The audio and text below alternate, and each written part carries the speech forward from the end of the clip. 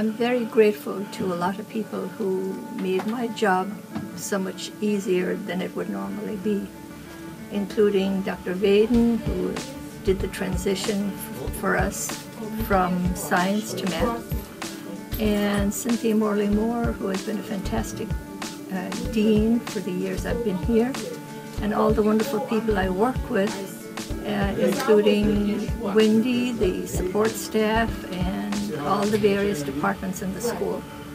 And without them, we would not be able to do the normal things that we need to do.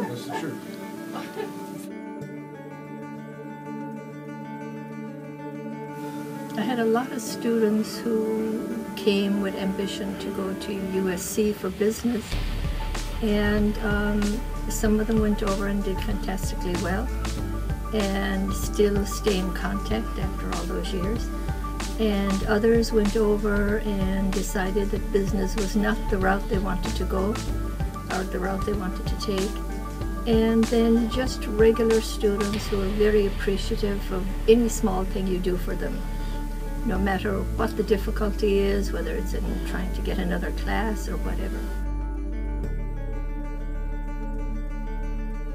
Well, when I first came here, I got recruited by Mr. Nakano, and at times as time would be, we get to know each other, and I got to know the system and how everything worked. It was kind of nice where we had this relationship where the administrators would take the employees out to eat lunch, and so once in a while we'd go out to eat, get a bite. I would pay, he would pay, depending on whose turn it was, and that was one of the things I can remember. And an open door policy that he always had, that anytime, doesn't matter time or day, whenever you were here, if he saw you at the door and you needed to ask a question, he'd stop what he was doing and help you out. And so I'd kind of do the same thing and continued on with that philosophy. And I had an open door policy when I became department chair and associate dean with the students here. I had that before, but they kind of emphasized it even more. So it was nice to see someone else doing it. LATTC.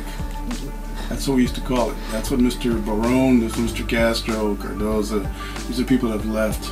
Even though they're Latinos, I thought about the name. I said, yeah, you know what, LATTC, that sounds, that sounds familiar. That sounds kind of neat. So that's the way I know it as. And I know it's been here a long time. I'm glad it's a vocational school because the field that I'm in has to do vocation, CTE. I hope it continues on in that line of work and not too much. There's a separation of the academic and the vocational side. Hopefully they all come together and they know they're all in the same business, and that we're here to help the students as well as ourselves in the process, and hopefully make it a better place for everybody overall.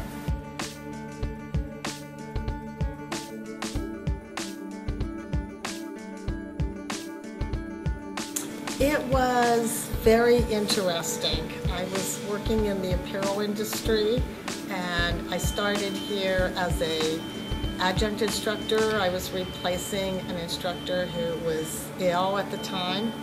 And then when Sharon Tate was here, the department chair, she wanted to start this lab. And that was when it got exciting, because she hired me out of the industry to come here full-time and help her develop this computer lab. And that was very exciting. We had tours coming through here. I worked from 12 until 9 at night. We even taught people at night from the industry who would come in from companies, and I would show them the software and how to use it. And that was very exciting. The students are wonderful. They are very dedicated. The reputation of this school in the industry is that this is the heart and soul of the industry. This is the production, this is the pattern makers. When you want to hire people for your staff, this is the place to call. And so by the curriculum we have, there's nothing like that out there in any of the other schools.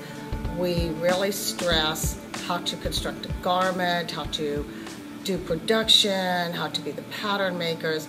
We are the backbone of the industry, and these students here are magnificent. When they come here, they're just dedicated and full of excitement, full of, I really want to do this, I want to be in fashion. And sometimes it's, as they learn what this is really like, it's disappointing to them. It's not as glamorous, but to most of the students, they are really thrilled and they really want to be in this industry.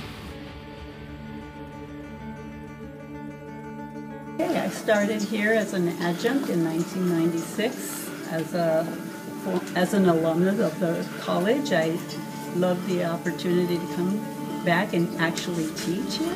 And yeah, I started in the evenings, and then at that time I was still working at other colleges and doing freelance patterns, and then I decided to let all that go so I could go back to school and get my bachelor's. In '97 I got my bachelor's, and I got hired here full-time in August of 2004.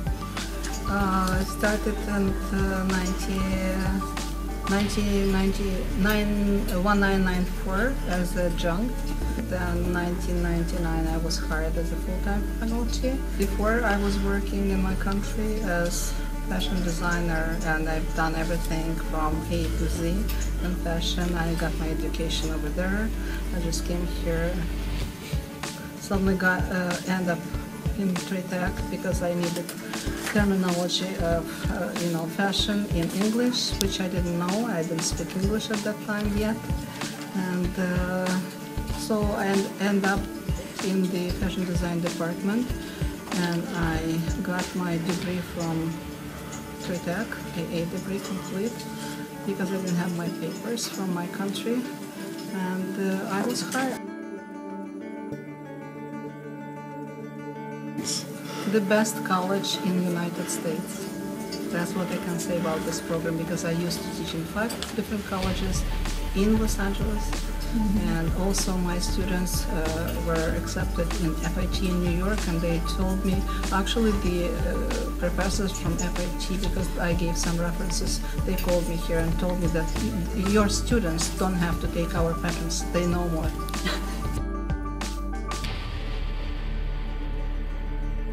Well, I'm going to miss it because I love interacting with the students, and I think we do have a great program. Like I said, I've taught at Santa Monica College and Pasadena City College, and I think this is the real deal here. 90 years of fine-tuning and just making it a better program. And I think it is the best program here in LA or anywhere, because we've had students from those other pricier schools come here because they didn't get what they were expecting there. So that's cool.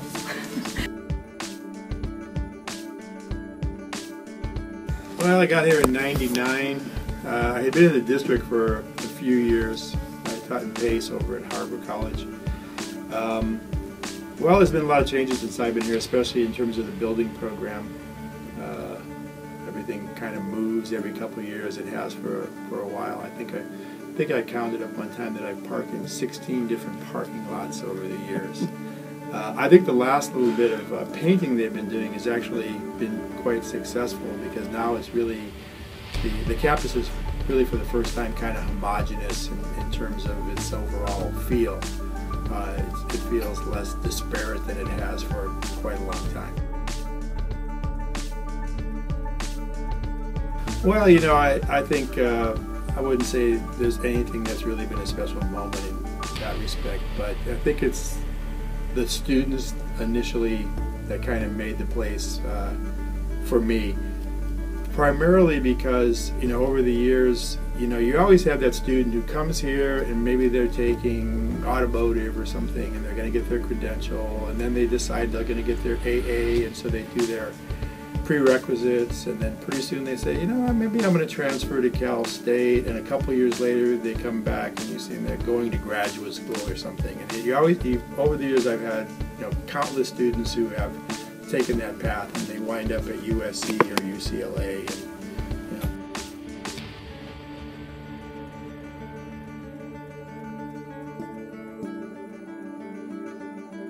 Well, I'm going to tell them that I think for the